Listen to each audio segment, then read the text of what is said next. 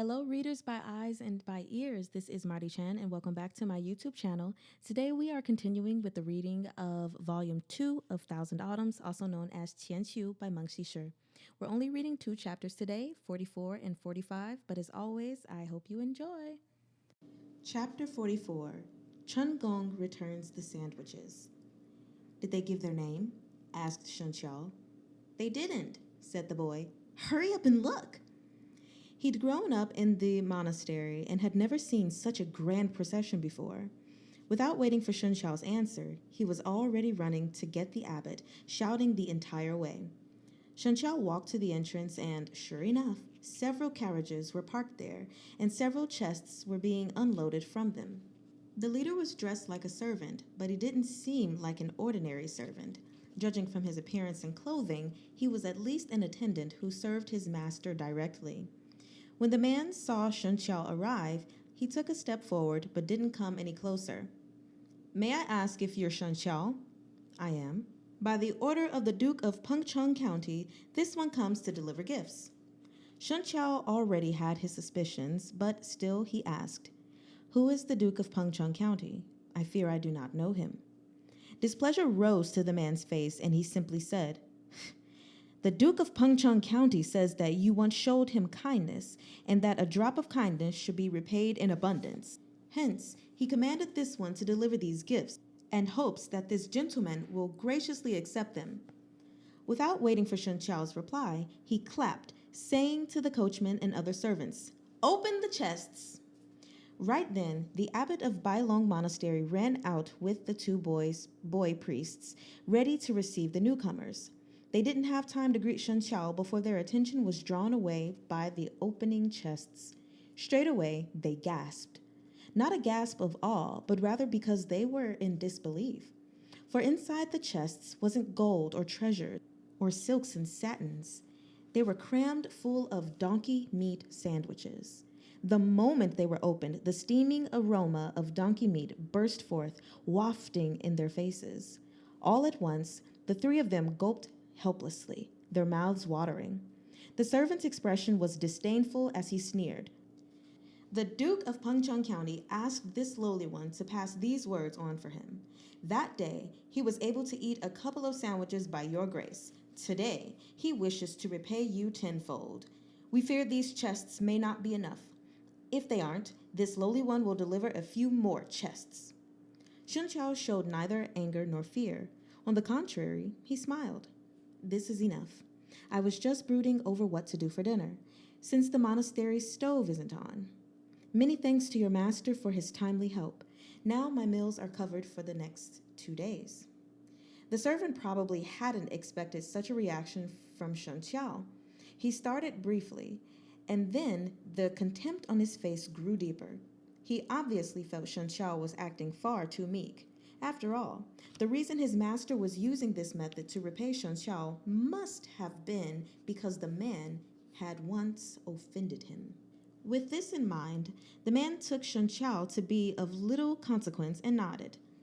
Then this lowly one will return and report to my master. He made a gesture, and the chests around him were tipped, dumping the donkey meat sandwiches out onto the ground.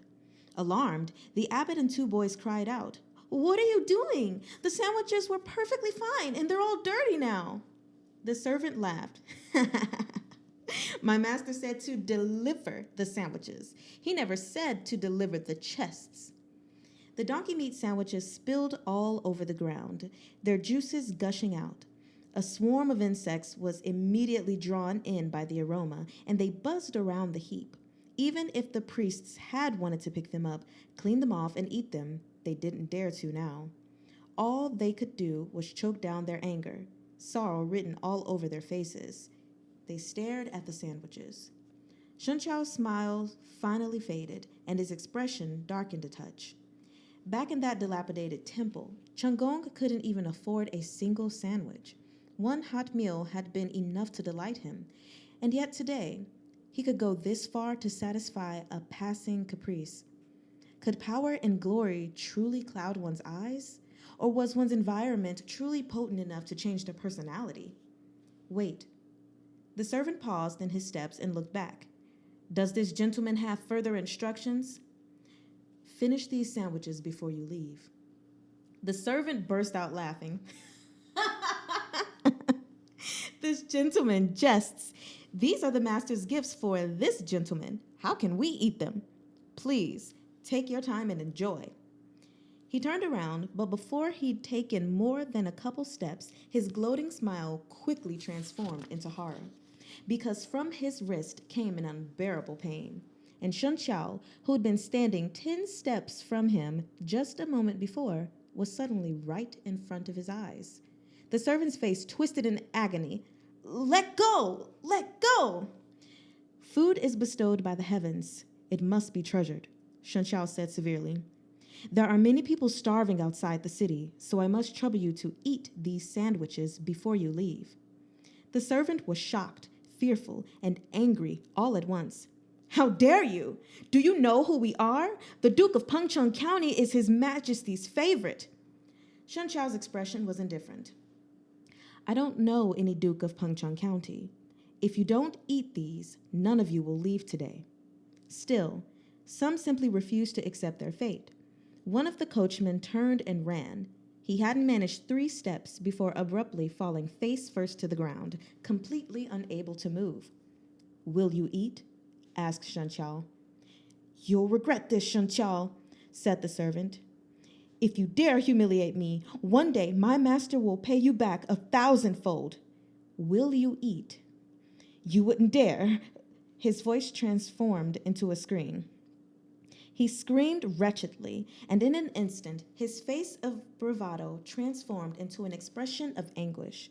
Shun Xiao was only holding his wrist, but no one knew what technique he'd used. Though the servant's wrist showed no sign of fracture or injury, his face was contorted in unbearable agony. A chill ran down every onlooker's spine. Will you eat? Asked Shun Xiao. His tone was as calm and placid as ever, but his eyes shifted from the servant, turning onto the rest. Everyone whom his gaze swept across bowed their heads in turn, not daring to meet his eyes. By this point, the servant was thoroughly cowed. Even his voice had changed completely, and now it trembled as he spoke. We just let this gentleman know. Our master only asked us to deliver the sandwiches. He didn't tell this lowly one to dump them out. It was this lowly one's own idea. This lowly one begs your forgiveness. He knows your great self is magnanimous, so please don't hold it against him. If you don't want me to hold it against you, then finish the sandwiches, says Shun Xiao. Otherwise, I fear that when I settle accounts with your master, he'll be sure to take out his anger on you. You should consider things carefully. The servant longed to weep, but all he could do was get down on all fours, pick up the sandwiches, and begin eating. The fallen sandwiches were already cold, and as they entered the servant's mouth, he could feel the grit and sand mixed in them. Ever since he'd started serving Gong, he'd been eating better than most well-off families did. Never had there been food like this that even the manor's dogs would refuse.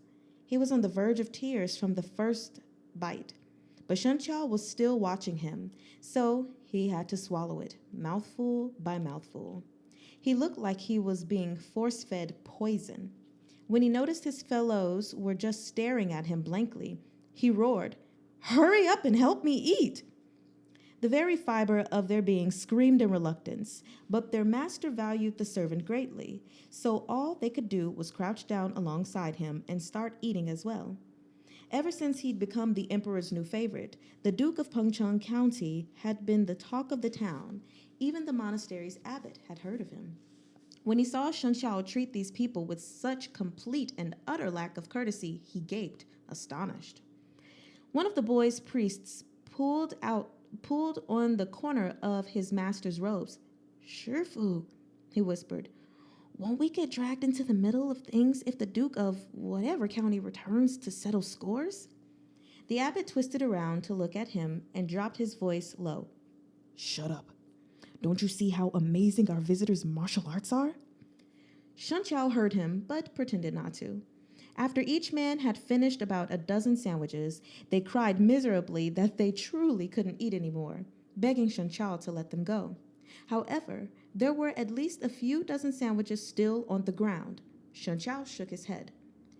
If I let you bring them back with you, I'm sure you'll throw them out along the way. So you must finish them all here, or you can forget about leaving. The servant was trembling in terror. Sir, this lowly one's master is still awaiting his report. If you don't get back in time, he'll just dispatch more people here. Wouldn't that give you more mouths to help you eat? The servant dared not make another sound. Agonized, he lowered his head and went back to eating. All the way from evening until nightfall, the dozen or so men ate and ate, gobbling and gulping down the food. It wasn't until their stomachs were stretched round and taut, their faces ashen, that Shen Chao finally let them stop. It was like they'd been granted great amnesty. They could barely stand up straight and had to support each other as they respectfully came before Shen Chao, begging for forgiveness. Go back and tell your master that I'm only passing through and won't be staying for long. I'll leave tomorrow, so there's no need to come here and harass the abbot. The servant forced a smile. Surely Shen Gong suggests. How could we dare? In truth, Shen Chao had seen right through him. That was exactly what his plan had been. Shen Chao didn't say anything more and let them leave. Once the fiends had walked some distance away, the abbot finally came up to Shen Chao and sighed. Sir, you've brought quite a bit of trouble to our monastery. We've always lived as recluses and never caused any problems. And yet today, misfortune has befallen us. Just what did we do to deserve this? You need not worry, said Shen Chao apologetically. This has nothing to do with you. Tomorrow, I'll find the person in question and clear things up. Then they won't come looking for you anymore. The abbot was still somewhat displeased. That'd be for the best. Shen Chao fished several copper coins from his sleeve and handed them to him. I've caused you a lot of trouble. I don't have much on me, but please accept my coin of sincerity. Take it as money for incense. I hope it's enough.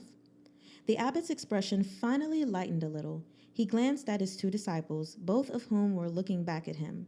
With the cough, he gathered his sleeves and tucked the coins into his hand. Just barely. It's late and the cold winds are harsh. Please come inside and rest. Shen Chao smiled and went inside with him. Those two boy priests had thought that there'd be donkey meat sandwiches to enjoy. Instead, they'd been put through a mess. No, sandwiches. But at least they'd gotten a good show of it. While the abbot worried that they'd offended somebody, the boy priests were bubbling over with excitement, especially the one who'd earlier received Shen Chao so listlessly. His attitude had completely changed, and he was practically glowing as he gazed at Shen Chao. Shen Langjuan, do you know who's behind him? He's the Duke of Pengcheng County, the emperor's new favorite official. I heard that for him, the emperor was even willing to... The rest of his sentence disappeared, cut off by the pain of the abbot's slap on the back of his head. What are you saying at your age? The abbot scolded. The boy cradled his head, feeling wounded and sulky. But, Shifu, you're the one who told us. The abbot rolled his eyes. Hurry up and cook already. Your Shifu's about to starve to death. Didn't your esteemed self say not to eat after noon? That's on a normal day, when we're living our peaceful, reclusive life. Of course 2 meals are enough then, but today we got thrown into hot water, and for what? I'm practically starving from anger. If you don't want to eat, then at least think about your Shifu. I've only heard of anger making you full, not hungry, the boy mumbled. The abbot raised his hand again, and he quickly darted away. I'm going to go cook. Wretched disciple. Though displeased, the abbot patted the other boy's head. Chuyi's always running amok. Shiwu is still the best behaved. Shiwu smiled shyly, then raised his head to ask Shen Chao. Shen Langjuan, our monastery doesn't have many ingredients, so we can only make simple things. Please forgive us. Would your honored self like to eat noodles or rice? The abbot was aghast. You child of bad luck! I just praised you and you're already strutting about. That flour is for New Year's. Just as the words left him, the abbot knew he'd said too much. He quickly glanced at Shen Chao, then awkwardly shut his mouth. Shifu laughed. Shen Langjuan is our guest, and Shifu is always teaching us to mind our manners. I'll go help out Shishong. He scampered off before the abbot could reply. A child of bad luck, the abbot muttered, thinking that he'd really been awfully unfortunate today. Not only were there no donkey meat sandwiches, but they were even going to rob him of the tiny bit of flour he'd saved. As if sensing his thoughts, Shun Qiao fished out a couple more coppers from his sleeve. He smiled as he handed them over. I deeply apologize for making you spend so much on me. Hey, that's not what I meant. The abbot wasn't shameless enough to accept the money and pushed it back toward him. At this close distance, he finally realized that there was something wrong with Shun Qiao's eyes. Your eyes? It's due to an old illness, said Shun Qiao. They're better in the daytime, but I can't very well see at night. Ah, said the abbot, such a pity. He didn't spend more time on the topic of eyesight. By the way, he asked, how did this gentleman offend the Duke of Pengcheng County?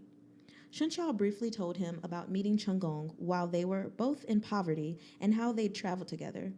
When the abbot heard about Chen Gong bringing Muti Po to look for Shun Qiao and how he'd wanted to pass his predicament on to Shun Qiao by recommending him to Muti Po, he couldn't stop himself from cursing. Repaying kindness with enmity. Shameless bastard. Thinking about the scene he'd just witnessed, he sighed. If you want to look for him, Shen Langjun, make sure you make adequate preparations.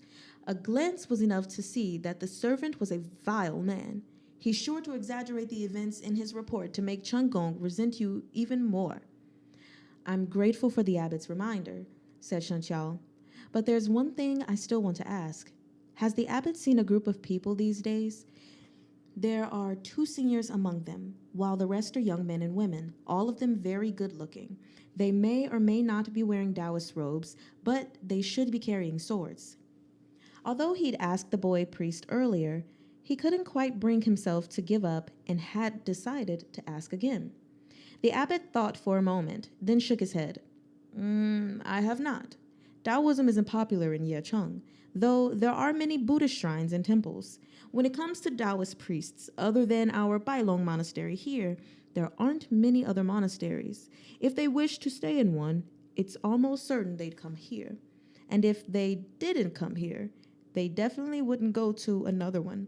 Perhaps they've changed their clothes and gone to stay at an inn. However, Shen Langjun, if you want to find someone, you can't do it like this. If they were to deliberately hide their tracks or enter the city at all, it'd be very easy for you to miss them. Besides, are you certain that they've been heading north? Shen Qiao smiled dryly. That's true. I'm only clinging to a strand of hope myself.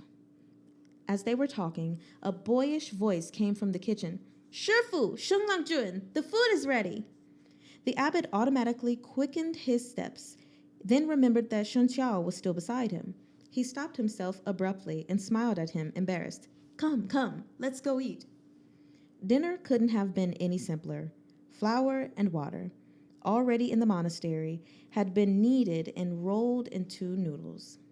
There wasn't even a drop of oil in the dish, let alone any meat. Just plain noodles left dry, a smattering of chopped vegetables for toppings, and some homemade pickled radishes mixed in. But for the 3 priests, it was nothing to make their eyes shine. The abbot gulped down a mouthful of saliva, then said to the junior disciple, Serve our guest first. Yes, Shifu.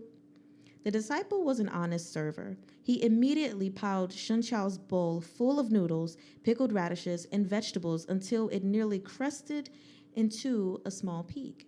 The sight of this pained the abbot so much that he just had to object. Enough! If you give the guest any more, he won't be able to finish.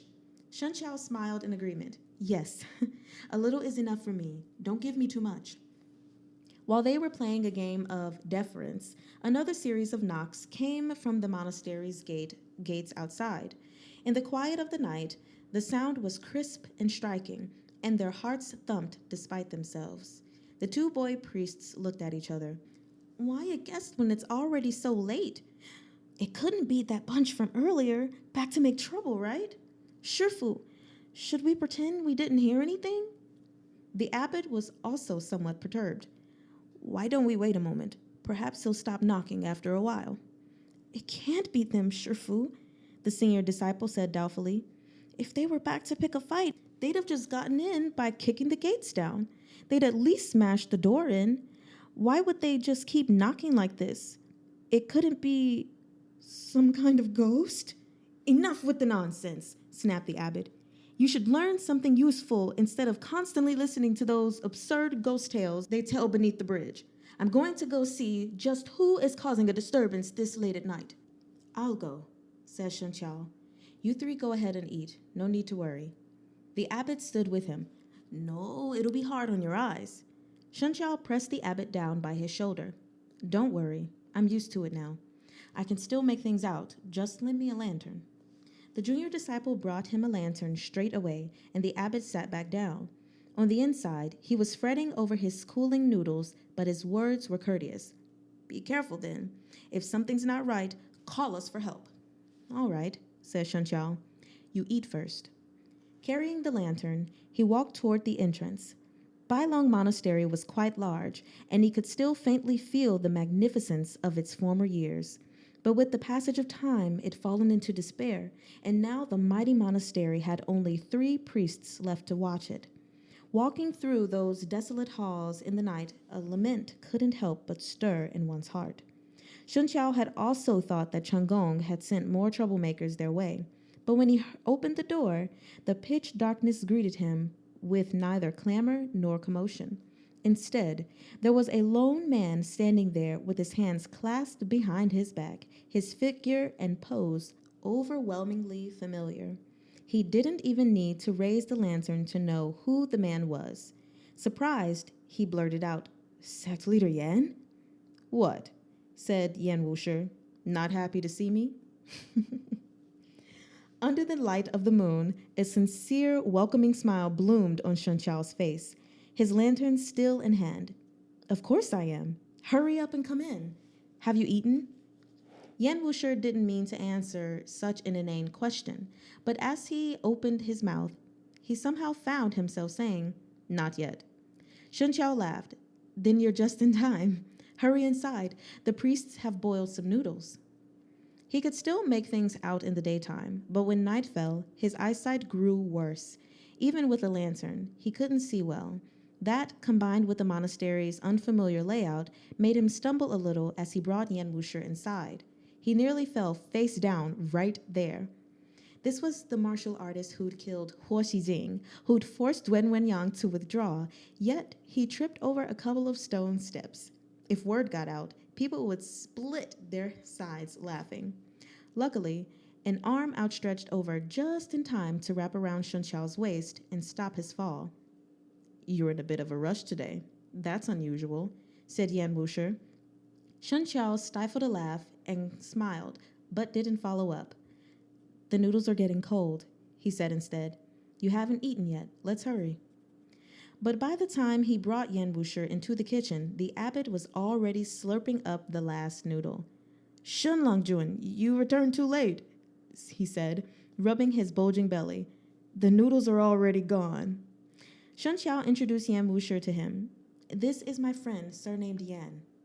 The junior disciple stood. Shen Longjun, I left the bowl for your esteemed self. You can share it with Yan Longjun. The abbot rolled his eyes at him. You busybody. He'd been about to complain about getting a second visitor, that they'd only saved one bowl, but when he saw Yan Wushi standing behind Shen Qiao, he found himself swallowing down his words. His stern abbot face almost slipped entirely in front of Yan Wushi, and he even began to feel anxious.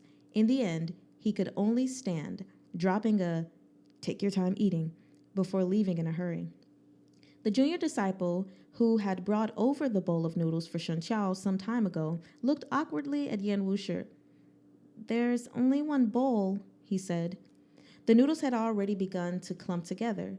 It was unlikely Yan Wushi would eat such a thing, even if someone begged him to. But to the members of Bailong Monastery, it was a precious bite of food that they'd been saving for several months. It had even been set aside for the new year, and yet they'd brought it out early for Shen Qiao's arrival. Shen Qiao thanked the boy, then said to Yan Wushi, Shall I share with you? No need. Shen Qiao laughed. Although the noodles are a bit cold, their pickled radish is quite spectacular. You should try some. Yan Wushi was particular about cleanliness, so Shen Qiao washed the chopsticks first before turning to the pickled radish and chopped vegetables in the bowl, selecting those that hadn't touched the noodles. He fished them out and placed them in a bowl in front of Yan Wushi, then poured some sauce over the remaining dry, clumpy noodles and began to eat. Yan Wushi furrowed his brow, staring at the half-full bowl of vegetables and pickled radish before him. It was a long time before he picked up his chopsticks and gave them a taste. The flavor wasn't as awful as he'd imagined. Has Sect Leader Yan concluded his business? Asked Shen Qiao. Not yet, was all Yan Wushi replied. He spoke nothing about whether he'd even met the person or why he wasn't finished, and Shen Qiao didn't ask. But then Yan Wushi changed the topic entirely. Were you happy to see me just now? Shen Qiao started, then nodded and smiled. Yes, I thought that once we parted, it would be a long time before we'd meet again. I didn't expect it to happen so soon. Is that not something to be happy about? Just now, when you introduced me, you called me your friend. Yan Wushi ran his finger along the edge of his bowl, his expression amused. The bowl was of very poor craftsmanship, and because it'd been in use for a while, it was covered in a thick layer of grime, the type that could no longer be washed off. Yes, calling you my friend makes things simpler when we're out and about. People won't question it. Yan Wushi stared straight at him. Oh, and what do you think? Do you see my venerable self as your friend deep down inside? Having the same master, harboring the same ambitions, such are enough to make people friends. Sect Leader Yan and I share neither master nor ambition, but you saved my life. And that connection is by no means a shallow one. What's more, we've spent quite a bit of time traveling together. Surely all that is enough to make us friends. Do you not fear people saying that you're beholden to the demon lord, that you've abandoned yourself to degeneracy? Shen Qiao laughed. I know what I'm doing. That's good enough. Why should I care what others think? The things I've seen and heard since leaving the mountain have moved me deeply. Even more, they made me understand that the path I'd insisted on, the Tao I practiced in the remote mountains, was but a trivial one. Sect Leader Yan assists the Lord of Zhou so he can one day unite the lands and bring peace to the world. So the common folk need not be refugees and exchange their children for food, so that as long as they have hands and feet, they can work and reap the rewards. What Sect Leader Yan practices, that's probably the true great Tao. Yan Wushi sneered. No need to flatter this venerable one so. Yuan Yong and I are both in it for ourselves. Everything I've done, I did because I wanted to do it, never out of consideration for other people. Even if something was done with wicked intentions, as long as it leads to good results, that will still count as attaining the Tao, would it not? Yan Wushi stared at him unswervingly for a moment. After a long time, he said, And so, we're friends? Shen Qiao nodded and smiled. If Sect Leader Yan doesn't disdain me for trying for someone out of my league. A strange expression flitted across Yan Wushi's face, but only for an instant. Before Shen Qiao could get a clear grasp of what it was, Yan Wushi had resumed his languid, nonchalant manner. This monastery is truly rather crude. Does it even have a place to sleep? Shen Qiao laughed. I can only ask you to suffer through sharing a room with me for now. Chapter 45. Friends. In truth, unless Yan Wushi was willing to sleep in the abbot's bed or simply leave in search of somewhere else to stay, then staying in a room with Shen Qiao was his only option. But in any case, Shen Qiao had just cleaned, and the monastery's young disciples had sunned the blankets 2 days prior. The fresh, sweet smell of sunshine was still on them. The bed was meant for one person. Just squeezing in a second would definitely feel somewhat cramped. You sleep, Shen Qiao told him. I'll sit and meditate. Catching a few winks afterward will be enough for me. The room was very crude and humble. Moonlight trickled in through the cracks in the window paper, and the night breeze slipped in along it. Fortunately, it wasn't too cold this time of the year, and both of them were top class martial artists. Catching a chill wasn't a worry. Shun Chao sat cross legged, his back like an evergreen pine or bamboo, resilient and enduring. It was already early summer, and little by little his clothes had grown lighter. The outline of his waist was faintly visible through the fabric. Time slipped by in drips and trickles.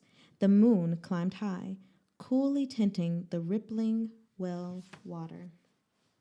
Yan Wushi stared at Shun Chao's figure from behind. Then, without warning, his finger darted forward quick as lightning, striking right at the center of Shun Chao's back. Shun Chao was immersed in meditation, having entered a deeply profound state. Most martial artists, unless they were in secluded cultivation, kept a portion of their awareness on watch for danger, especially when they were in a strange environment. This was to guard against an ambush.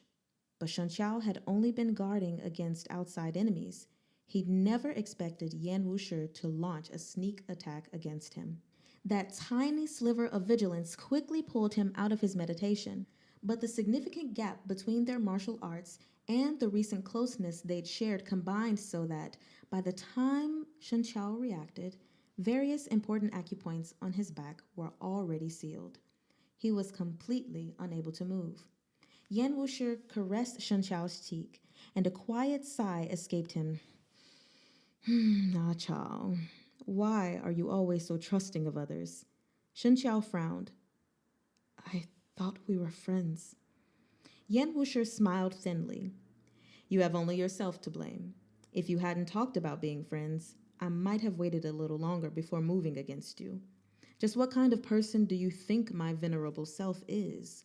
Why would I need someone like you, some down and out laughing stock who can't even recover his martial arts, who's been exiled from his sect to be my friend? Shun Chao stopped talking. Yan Wushi picked him up in his arms and left the room, heading right outside without further regard for Shun Chao. His footsteps remained feather-light, almost weightless, despite the person he carried in his arms. Beneath the moonlight, he glided across the fallen leaves soundlessly, his robes and sleeves billowing in the wind. His movements were peerlessly beautiful and poised. Nobody who saw him would have believed that such a celestial being could be the demon lord whose name inspired such fear. Why don't you ask where we're going? Shun Chao didn't reply.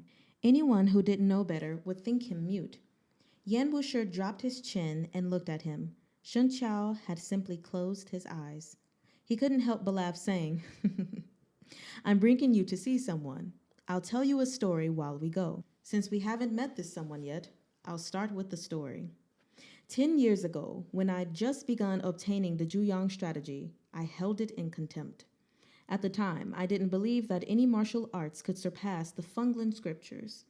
Even though I'd lost to Qi Fengge, I thought it was an issue with the person, not the martial arts themselves.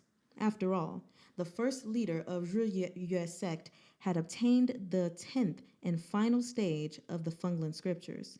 In his time, no one was his match, not from the Taoist or the Confucian sects. Legend says he lived to 120 years old, and at the end of his life, he broke through the zenith. He achieved godhood and returned to the void, his spirit freed from his body. But later, I read the records Ruyue sect left behind.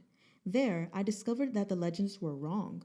Although he lived past 120 years, his spirit hadn't been freed by his ascension to a higher realm. He died from a qi deviation that destroyed his body. The Fenglan scriptures are incredible, but hidden within them is a fatal flaw. To put it simply, a person's body is like a vessel. As their internal energy strengthens, the vessel is constantly remolded to adapt to their martial growth. So, the more powerful a martial artist is, the stronger their meridians are.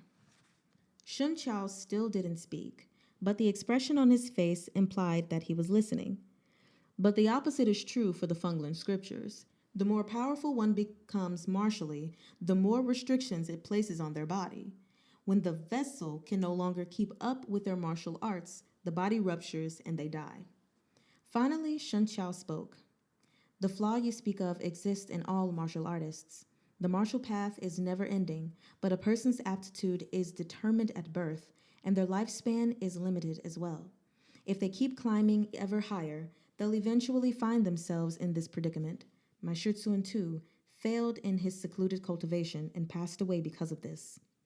Although his martial prowess couldn't compare to before, his insight was still intact. He had no problem discussing such things. That's true, said Yan Wushi. If he'd been willing to stop, the lurking peril wouldn't exist. But in the case of the Fenglan scriptures, even if you stop practicing them, the harm to your body will still grow worse and worse. So, I thought of the Juyang strategy. If I could merge the martial arts from different techniques, then perhaps I'd achieve an unexpected result. But you failed. I failed. Yan Wushi smiled faintly. In my eagerness to succeed, I planted the lurking peril of qi deviation inside me. Abruptly, Shen Qiao frowned. If the Fenglan scriptures have such a flaw, won't all members of Huanyue sect and the other two branches who cultivate with it find themselves in the same predicament? Yan Wushi sputtered out a laugh and finally paused in his steps. He placed Shen Qiao down on the ground. Ah Chao, ah Chao. You always surprise me. I was thinking you'd ask me why I'm telling you all this. But no, you're still worrying about whether other people will live or die. Relax. Only those who cultivate to a certain level will realize this flaw, and those who can cultivate past the ninth stage, like me, have very few in the Jianghu to match them. Even if they do know of the problem, they'd be unwilling to abandon this set of martial arts. My story is finished, he said. Do you have any thoughts? Shen Qiao shook his head. Yan Wushi seemed to find his reaction dull. He was about to say something when the sound of laughter drifted to them from afar. Sect leader Yan is just as magnificent as ever. How I've missed you. The voice seemed both near and far, as if it came from over the horizon but was also right next to one's ear. There was an indescribable seductiveness to the voice. When Shen Qiao heard it, he was suddenly overcome with an ominous feeling. Sang Jingxing, Yan Wushi said coldly, are you trying to humiliate yourself by using demonic persuasion on me? The newcomer laughed. As if space itself had shrunk down to mere inches, he walked up to them from afar in the span of just a few steps. Sang Jingxing's reputation in the Jianghu was far worse than Yan Wushi's, but he was a terrifying martial artist, so few were willing to confront him openly. They'd rather force down their words and keep the peace.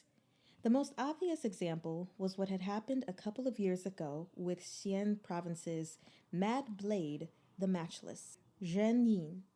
His fair, lovely youngest daughter had inadvertently drawn Sang Jingxing's interest, and Sang Jingxing demanded to take her as his disciple. Everyone knew that this was only an excuse to satisfy his endless search for girls to use in his parasitic pair cultivation practices. Zhen Yin normally had an aggressive, fiery temper, but in the end, he didn't dare resist. He willingly bore the public's mockery and humiliation and handed his youngest daughter over, then withdrew from the Jianghu with his family. He never involved himself with it ever again. Rumor said that only a few years after the daughter entered Hehuan sect, Sang Jingxing and various high-ranking men in the sect grew tired of playing with her. He tossed her to his disciple Huo Xijing, who skinned off her face to put on one of his wooden dolls. It became part of his collection. But then Yan Wushi had re-emerged in the Jianghu, and he was far more imperious than Sang Jingxing. So the public's attention was drawn away by Yan Wushi, and they gradually forgot how cruel and terrifying Sang Jingxing was. As Sui Ziyang's disciple, Sang Jingxing was never someone to be looked down upon. He concealed his ambitions beneath a frivolous surface. Everyone expected him to happily settle into a life as Yuan Xiuxiu's intimate confidant, helping her manage the workings of Hehuan sect. In truth, the conflict between the two had been brewing in Hehuan sect for some time, but Yuan Xiuxiu couldn't do anything to Sang Jingxing, and Sang Jingxing couldn't kill Yuan Xiuxiu at the moment. Their only option was to hold their noses while maintaining the facade of camaraderie for the time being. Although he was naturally tall and strapping, his face was extraordinarily, delicately beautiful. His skin was even finer and smoother than a woman's, his eyes liquid and soulful. The only misfortune was how frigid and sinister his gaze was. It made everyone afraid to meet it. A smile hung on his lips as he greeted Yan Wushi. I heard that Zhou intends to invade Qi. Is it true that it made Yuan Shushu so anxious she went to find Sec Leader Yan, hoping you'd help her kill me?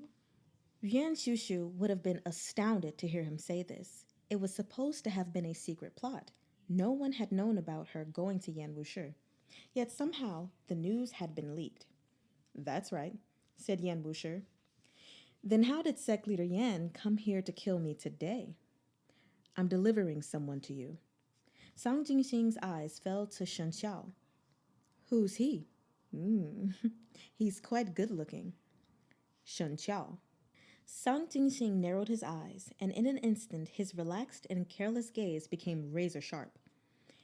This one who killed Huo Xijing, that Shen Xiao? Correct.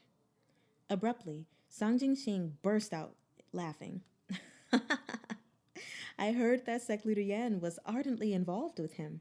Why are you suddenly willing to hand him over to me? I'm not a merciful man. If you end up wanting him back, it'll be too late once I break him. As soon as he's in your hands, you can do whatever you want with him. I won't involve my venerable self ever again. With this promise, Sang Jingxing's grin noticeably widened. While Shen Xiao obviously wasn't one of the teenage boys or girls he usually preferred, the man was blessed with good looks. More importantly, even a rotten boat had useful nails.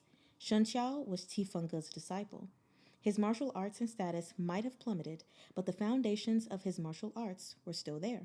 Absorbing every last drop of Shen Xiao's martial abilities after he was done using him, that wasn't a bad idea. So, Sec Leader Yan is going to give him to me just like that? No conditions attached? Return this venerable one's sword, said Yan Wushi. Sang Jingxing hadn't been expecting that. He was taken aback, then burst out laughing. Unfortunately, I didn't bring it with me today. I hope you don't mind if I send someone else over with it later. That sword was called Tai Hua. It was the sword Yan Wushi used to wield. It had been taken from him after he lost to Cui Yuwang, and when Cui Yuwang died, the sword naturally fell into the hands of his disciple, Sang Jingxing. That's fine, agreed Yan Wushi. Sang Jingxing probed further. I thought, what with Sec Leader Yan's grand martial accomplishments, it shouldn't make any difference whether you have a sword or not. Why do you want Tai Hua returned all of a sudden? Sang Jingxing was harboring a small shred of fearful caution for Yan Wushi's martial prowess. He wouldn't speak so courteously otherwise. What's mine will be mine, even after 100 years, said Yan Wushi coolly. The only difference is whether I want it back or not. Sang Jingxing smiled understandingly, then went for some half-sincere teasing. I've been hearing for a while now that Sec Leader Yan and Shen Qiao are glued at the hip, like a celestial couple. To think that Shen Qiao is only worth a sword to you, it's enough to make one sigh. Shen Qiao's eyes stayed closed while they spoke. He neither opened them nor raised his head. His expression so calm and placid, it was as if the entire conversation had nothing to do with him. Yuan Shushu came to this venerable one openly to discuss killing you. However, she's also been dallying with the Gokturks in secret. What are you going to do? A flash of anger flickered across Sang Jingxing's face, but then he resumed his smile. That bitch has always been a double-crossing backstabber. It's not news to me. When and where did Sec Leader Yan agree to meet with her? The 6th of June, 3 in the afternoon, said Yan Wushi. Yi Chi Xue Temple, east of the city. She said you like stopping by there. Sang Jingxing raised his eyebrow. Not bad. She truly does know my interests inside and out. From the name Yi Chi Xue, it was obvious it wasn't a proper temple, but private property disguised as one. Lately, Song Jingxing had taken a liking to a new type of game. He'd find some girls, shave their heads, dress them up as young nuns, and have them live in the temple. Then he would enter the temple acting out the role of a rapist and play with the girls to his heart's content. One session usually lasted more than half a day. It was supposed to be a secret of secrets, but if he could keep track of Yuan Shushu's movements, then Yuan Shushu could naturally be informed of his as well. Song Jingxing laughed. Then I must humbly invite Sec Leader Yan to come and see the show when the time arrives. Since that bitch wants to kill me, she can't blame me for putting aside old affections. Yan Wushi had no interest in the feud between the two, but a unified, powerful He sect would, of course, do him no good. What Yuan Shushu and Song Jingxing were doing now, slaughtering one another, was exactly what he wanted to see. So he didn't mind stoking the fires of their conflict. He bent down and grasped Shen Qiao by the chin. Do you still take me for a friend? Shen Qiao said nothing. All of a sudden, Yan Wushi laughed. Ah, Qiao, you really are far too naive. How many times have you been mistreated? How did you manage to forget it all so soon? I told you very early on that the only reason I saved you was because I wanted an opponent. But truly, you've disappointed me terribly. I show you a tiny bit of kindness, and you latched onto it, refusing to let go. Did the betrayal of Yu Ai and the rest make you yearn for more friendship and affection? Perhaps it was the breath accompanying his words, fanning toward Shen Qiao, but Shen Qiao's eyelashes trembled slightly. His face, however, remained completely blank. Perhaps the sheer despair had killed his heart completely, or perhaps he simply had no interest in answering Yan Wushi's question. People as naive as you are doomed to live short lives, said Yan Wushi. Without Xuandu Mountain, without Qifengge's radiance, you're nothing, and you're capable of nothing. You can't recover your martial arts, nor can you resolve my doubts. If you're willing to enter Huanyue sect and cultivate with the Fenglan scriptures, then my venerable self may still grant you a chance to survive. Shen Qiao finally opened his eyes. The reason I'm met with betrayal after betrayal isn't because I'm naive, he said evenly. It's because I believe that kindness will always exist. If there were no fools like me, where else would Sec Leader Yan find your pleasure? Yan Wushi burst into loud laughter. Interesting words, he said to Shen Qiao. My venerable self doesn't need friends. Only one kind of person is qualified to stand as my equal, an opponent. And you no longer qualify. At that, Yan Wushi rose, then threw Shan He Tongbei into Shen Qiao's arms. Ah, Qiao, he said gently. Pray for yourself. Song Jingxing watched their exchange, smiling, with absolutely no intention of stopping them or intervening. It wasn't until Yan Wushi left that he clicked his tongue. How does it feel, being abandoned? Shen Qiao closed his eyes and went silent as before. He was already a fish in a net, primed for slaughter. Song Jingxing wasn't in a hurry to get started. It was a pleasant surprise to him that he'd caught Shen Qiao. The other man was a shadow of his former self, and there were no great benefits to be gotten from him. Plus, he wasn't Song Jingxing's type. But the fact that he was Qifengge's disciple and the former sect leader of Xuandu Mountain was enough to excite Song Jingxing. When he thought about Shen Qiao crying and begging for mercy beneath him, or imagined him humiliating Shen Qiao before the disciples in He sect, Song Jingxing's smile grew all the wider. This is the sword Shan He Tongbei that Qifengge once used, right? Yes, it is. I still remember. Your master used this sword to defeat me once, but I was shameless enough to kneel and beg for mercy. So in the end, he let me go. Even today, there's a scar on my back so deep you can see the bones beneath. If he knew that his disciple would fall in my hands today, would he regret not killing me back then? Song Jingxing stroked Shen Qiao's face. Which hand did you use to kill Huo Xijing? Don't be afraid. I won't kill you. Once I tire of playing with you, I'll chop off your hand and offer it to my poor disciple's memory. Then I'll do what Galway did and strip all of your clothes so that everyone can admire the shameful performance of Xuandu Mountain's former sect leader. How about it? Under the moonlight, Shenqiao's face shone cold and pale, without even a trace of emotion. He looked like a white jade sculpture, beautiful but fragile. But the more he acted that way, the higher Sang Jingxing's interest surged. His entire life, Sang Jingxing's favorite thing to do was to utterly destroy beautiful things, to make them so filthy and dirty that they could only struggle in the darkness, miring themselves in it. However, consort Feng Xiaolin charges 10,000 gold per glance. You won't be able to do the same. So, why don't we tentatively set the price at 10 gold? I'm sure many people will still be willing to pay for a glimpse of you so wretched. When the time comes, do you think Yan Wushi will come to watch too? He said, unhurried. Then, as if he thought he'd provoked his prey enough, he reached out to grab Shanhe Tongbei. Sang Jingxing cared little for swords, since his master didn't rely on one. But this was once the sword of the number one martial artist in all the land, so it had a special significance.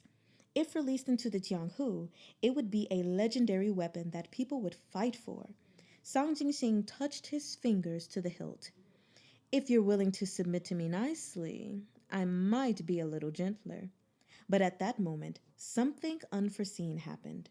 Without warning, a sword glare exploded before his eyes, transforming from a ray of white light into 1,000 blazing sparks. Accompanying the dazzling, magnificent sword glare was a violent upsurge of murderous intent that swept toward him. Internal energy swelled forth like a tide brimming with potent true qi. In an instant, thundering storms swallowed the heavens and squalling blizzards rolled across the earth. Sang Jingxing was stunned. He hastily withdrew his outstretched hand and swiftly retreated, evading the sudden attack. A man who could kill Huo Xijing wasn't some weakling to be trampled by just anyone. While Sang Jingxing had been spewing taunts and ridicule, he'd reserved a little bit of caution within his heart, as it was commonplace for demonic practitioners to fight and kill one another. The higher a person climbed, the more blades and treachery they'd have to fend off from all directions. Sang Jingxing wouldn't have lived this long if he'd been a man of blind ignorance. But now he realized that he'd still underestimated Shen Qiao. He launched a palm strike while retreating, but the sword glare enveloped even the sky and moon. It was completely watertight. Even his palm blasts found no opening. Each and every one dissolved into nothingness. Was this really the same Shen Qiao who'd lost nearly all his martial arts? Sang Jingxing was alarmed and in disbelief. He almost suspected that Shen Qiao and Yan Wushi were plotting against him together. But he didn't have time to speculate further. The sword chi was already a hair's breadth from his eyes, as brutal as rumbling thunder and as mighty as the blazing sun. The winds of heaven gallop, surging and swift. The mountains and seas abide, endless and grand. All things emerge and return, from many to one, from one to many. There lay the boundless sword intent, unbroken and interlinked, following Sang Jingxing like his own shadow. It was impossible to evade, impossible to avoid. It seemed his only option was to close his eyes and wait for death. But Sang Jingxing wasn't so easily dealt with. He laughed coldly, and though he only took a few steps, he shifted between myriad poses. He glided easily through the sword glare, then struck right at it. His internal energy shrieked forth as blue qi, its force as mighty as a mountain. Right away, Shan He Tongbei's sword glare began to dim. Before his first strike finished, his second one arrived. He Huan sect's martial arts shared its roots with Huanyue sect, but were even more uncanny and unpredictable. He'd reached the pinnacle of perfection with his carving dragon palm technique. Each turn and flip of his hand was unimaginably exquisite. After 9 strikes, a real dragon seemed to descend, formed from true qi as it coiled faintly through the air. It shrieked forward, swallowing the sword glare in an instant. The brilliant celestial glow vanished all at once. It was still the same forest, still the same 2 people. Shen Chao coughed up a mouthful of blood and stumbled backward, slamming into a tree trunk. He could barely grip his sword. And finally, something surfaced on his blank, emotionless face, a look of surprised rage. He'd used all that he'd learned and studied to deal with Sang Jingxing, but his internal cultivation couldn't support such an attack. The effort he had taxed him greatly, but as he transmitted every last trickle of his body's true qi, not only did the dantian in his abdomen fail to refine new true qi to replace it, it was like a vortex had appeared and was greedily sucking away all of his true qi. At the same time, Shen Chao could feel the true qi in his body rampaging like a crazed horse that had broken free of its reins. It tore relentlessly through his organs, driving his spirit to complete madness. His mind plunged into panic as his emotions roared. It was as if a mass of black shadows held him prisoner, leaving him no escape and driving him to the brink of qi deviation. Yan Wu Shi. Yan Wu Shi. Yan Wu Shi had implanted a demonic core inside him while he was unconscious. Perhaps it happened back in the beginning, when he was insensate after falling from Bamboo Peak. Or perhaps it happened during one of the many times he'd passed out, defenseless as an injury. A wisp of demonic chi had silently slipped inside, then lain dormant inside him like a seed. It refused to emerge, regardless of what happened, so Shen Chao never realized it was there. Not until now, when Sang Jingxing's demonic arts had fully aroused it. The seed burst from the ground, transforming at last into a towering tree. But he'd fought Yan Wushi countless times in the past. Why had he never discovered the demonic core's existence? Or had Yan Wushi foreseen long ago that this day would come? So that, when he'd fought Shen Chao, he never used his full strength. Shen Chao couldn't even begin to describe his state of mind right now. It was as if his entire body was cloaked in flames, flames with sharp teeth that gnawed at his meridians and his organs, bit by bit. The agony was tremendous, yet his mind was incomparably clear. Shen Chao didn't know if this was his final rally before death or if he was hallucinating from the unbearable pain. But somehow, his eyes, which had been burning just a moment before, showed him Sang Jingxing's palm as it struck out at him. It came out with incredible speed, yet it was clear beyond compare. And despite this critical juncture of life and death, Shen Chao suddenly remembered what Yan Wushi had once said to him. Once you've been truly deserted by everyone, completely and utterly alone, can you still bear no grudges and insist on repaying others with kindness? Shen Chao closed his eyes.